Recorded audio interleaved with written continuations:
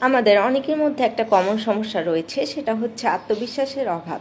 কিন্তু যখনই কেউ বলে যে আমার আত্মবিশ্বাস আমি বাড়াতে চাই, তখন আমরা বলি যে সেলফ ডেভেলপমেন্টে কাজ করো, নিজের স্কিল ডেভেলপমেন্ট করো। এটা অবশ্যই গুরুত্বপূর্ণ, কিন্তু অনেক ক্ষেত্রে দেখা যায় যে স্কিল ডেভেলপমেন্ট করার পরও আমরা আসলে সেলফ কনফিডেন্সটা পাই না। এটা হতে পারে আমাদের ফ্যামিলি বা আমাদের ফ্রেন্ড সার্কেলের কারণে, যারা আমাদেরকে সব সময় একইভাবেই জাজ করতে থাকে। আমি যতই বেশি কিছু করে ফেলি না কেন, নিজেকে যতই ইমপ্রুভ করে ফেলি না কেন, তাদের কাছে আমার সেই যে পারসেপশনটা সেটা কিন্তু একই থেকে যায়, যার জন্য আসলে আমরা সেলফ কনফিডেন্সটা আস্তে আস্তে হারিয়ে ফেলি। যতই আমরা বলি যে নিজের উপর কাজ করলে কনফিডেন্স বাড়বে, কিন্তু যখন আমরা, যেহেতু মানুষ আমরা, যখন আমাদের আশেপাশের মানুষগুলো আমাদেরকে অ্যাপ্রিসিয়েট করে না বা সব সময় আমাদেরকে ডাউন ফিল করায়, অটোমেটিকলি কিন্তু আমাদের কনফিডেন্সটা লো হয়ে যায়।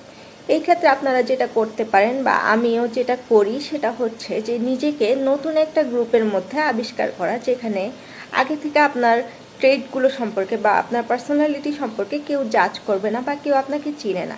সেই ক্ষেত্রে কিন্তু আপনি আপনার স্কিলগুলো প্রুভ করার মাধ্যমে বা নিজের স্ট্রেংথগুলো দেখানোর মাধ্যমে, শো করার মাধ্যমে একটা অ্যাপ্রিসিয়েশন পেতে পারেন, যা আপনার কনফিডেন্স বুস্ট করতে অনেক বেশি হেল্প করবে।